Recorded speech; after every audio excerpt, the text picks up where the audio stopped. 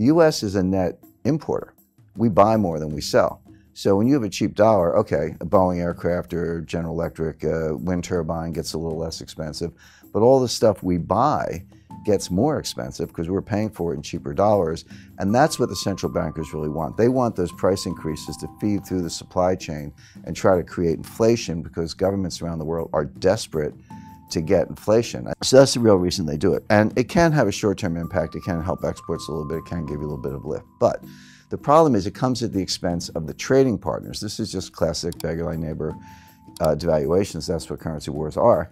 So it can help individual country growth, but it does nothing for world growth. The world is no better off. One country is a little better off, another country is worse off. So the other metaphor I've used is, you've got 4 soldiers and they're fighting and it's a hot day and they get a break and they've got one canteen and they're all really thirsty. What do you do in that situation? You pass the canteen. In other words, everybody would like to drink the whole canteen, but you take a sip, you hand it to your mate, he takes a sip, and so forth. And that's the way the currency wars have gone. 2009 was the day of the cheap yuan. Remember, 2009, 2010, Secretary Geithner couldn't get out of bed without complaining about Chinese currency manipulation. 2011, the dollar hit an all-time low on a couple indices. That was the cheap dollar. 2013, along comes Abenomics, and one of his 3 hours was a cheap yen. All of a sudden, the yen's at 120, 124. Japan got a little bit of a lift. So who's suffering the whole time? Europe. Europe had the strong currency, 2 recessions in 4 years. So finally, 2015, it was Draghi's turn. Well, June 2014, they launched negative interest rates. In January 2015, they launched European QE. So you're going from China, US, Japan, Europe. Everybody's passing the canteen.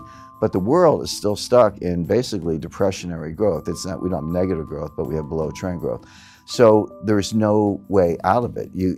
So right now, my forecast, I actually said this a couple of months ago, is that look for a stronger yen, stronger euro, cheaper dollar, cheaper yuan. That has played out with a couple speed bumps. The dollar got a big lift because of Brexit, and the euro went down a little bit also because of Brexit. But the yen went from 124 to 104. It backed up. 103 actually backed up a little bit. But we do have a strong yen. All these people who expect Japan to intervene in currency markets, don't hold your breath. They've been warned, I would say threatened, by Jack Lew and Christine Lagarde. Don't you dare intervene in currency markets. You had 3 years of a cheap yen. You didn't make the structural reforms. You didn't do what you needed to do. Too bad for you. We're taking the canteen back. So the point to your main question, Grant, is that they don't have a logical conclusion. There are only 2 ways out of a currency war. One is systemic reform, a kind of Bretton Woods or Plaza Accord where all the major powers sit down and just say, here's the New Deal. The other one is systemic collapse. I expect collapse because there's no consensus on a way out of it. There's no political will behind structural reform. I don't see the leadership. In 1944 you had John Maynard Keynes. In 1985 you had James Baker. In the 1990s you had Bob Rubin. These were, whether the Democrats or Republicans, this was leadership. I don't see that kind of leadership today. I see a lot of denial. I don't see the political will behind structural reform, so I would expect a collapse of the system. Well, it's interesting you say, because of all the bailouts, we don't know what a systemic collapse looks like. I actually have a pretty good idea of what it looks like, because everyone focuses on 2008, and U.S. economists call it the Great Recession. You go abroad, they call it the global financial crisis, the GFC for short, whatever you want to call it. But we had another one that was actually potentially worse or as bad in 1998.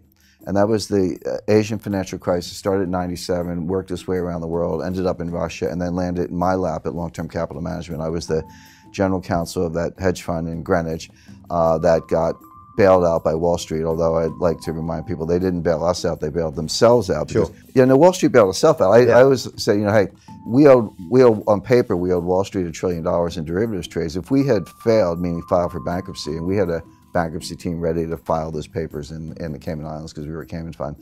I said, I would have just slept in the next day. It's like, it's out of my hand. We filed for bankruptcy, good luck getting your money.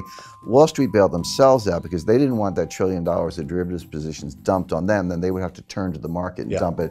We were hours away from the closure of every major market in the world. It's not an exaggeration. Greenspan testified to that. Rubin said the same thing.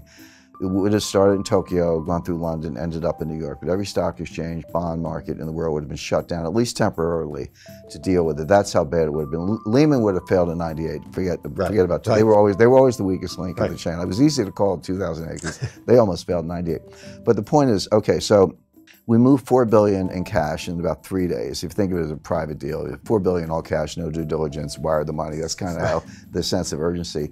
And so we filmed the runways. We brought it in for landing. You know, the plane didn't crash or break up on the runway, but it was that close. So when 2008 came along, I just felt I was watching a movie I had already seen. It was like a rerun for me. And you're right, 2008 was even bigger, potentially more. We were, if not hours, maybe days away from the sequential collapse of every bank in the world. Starting with, Bear had already gone out, Fannie, Freddie, Lehman, AIG, Morgan Stanley would have been next, then Goldman, then Merrill's Citi, et cetera.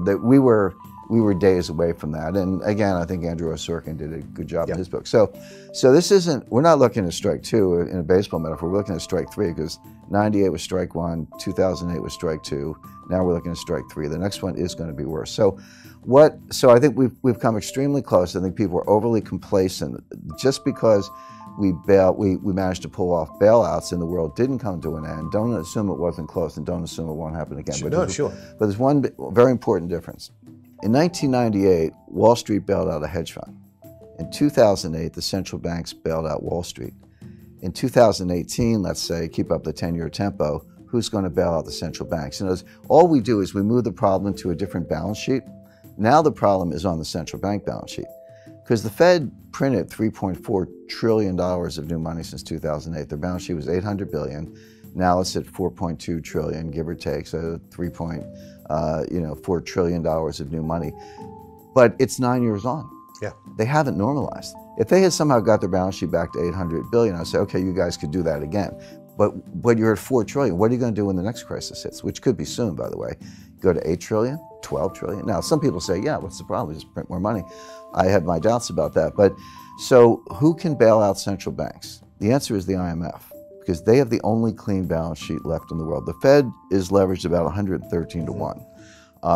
With a duration mismatch. So they look like a really bad hedge fund. And again, I've spoken to central bankers who say, well, who cares? Central banks don't need capital. A member of the Board of Governors of the Federal Reserve said that to me. She said, central banks don't need capital. I said, well, that's one point of view, but we'll see. Exactly, we'll see. But there's sort of an invisible, hard to define confidence boundary. And when you cross that confidence boundary, and every day citizens just wake up and say, you know what, I'm checking out of this system. You tell me it's all good, I don't believe you anymore. And get me some gold because I know that the gold will be around, et cetera. That's an instantaneous loss of confidence in the dollars. That's what I mean by collapse. Now, just to be clear, I don't think we'll all be living in caves, eating canned goods, lighting fires with rocks and twigs. Life will go on, but it'll be different. The dollar will maybe be like the Mexican peso in the sense of being a local currency that you get when you go to the United States, but no longer the world currency. They'll try to bail it out with SDRs, the special drawing rights. If it works, if the SDR bailout works, it's only because nobody understands it, or like maybe there were 100 people in the world who really understand. I've spoken to PhD monetary economists, like people right in the field with PhDs from Harvard who can't give you a straight explanation of what an SDR is. So if it works, it'll only be because nobody gets it. But I have a feeling that because of social media, because of interviews like the ones you do, Grant, just because of different means of communication, that people will get it and they'll run for gold because it's money good. And so that, and then you get into coercion, shutting down banks, closing ATMs, or maybe reprogramming ATMs. Everyone can have $300 a day for gas and groceries, but no more. Recently, the SEC has changed the rules for money market funds. I meet people everywhere, and I say, well, how much money you got? Or where do you have your money in? Probably a better way to put it. And they go, I got money in stocks, money in bonds, money in real estate, and money in the money market funds. I say, no, you don't. You have stocks, bonds, and real estate. You don't have money in anything. That's not money. Oh, I can sell it and get the money. Really? Maybe not. Maybe they'll close the New York Stock Exchange. But anyway, they have new rules on money market funds where money market funds can suspend redemptions. Now, that has always been true of hedge funds. I've never seen a hedge fund offering document that didn't have that in there. But people think they can call Charles Schwab or Merrill Lynch or Bank of America, instruct a broker to sell the units, and the money's in the bank the next day. They're going to wake up one day and make that phone call and find out, no, we've suspended redemptions, we'll get back to you. You can't get your money. And oh, by the way, the day that will happen is the same day you want your money the most. Yeah, in other words, it's conditionally correlated. So you'll still have money for gas and groceries, and your kids will still go to school, and you'll still have food on the table, but you won't be able to get your money. The IMF will be flooding the zone with trillions of SDRs. The dollar will be greatly devalued relative to SDRs. It'll be like Mexican pesos, and then it'll be a very different world.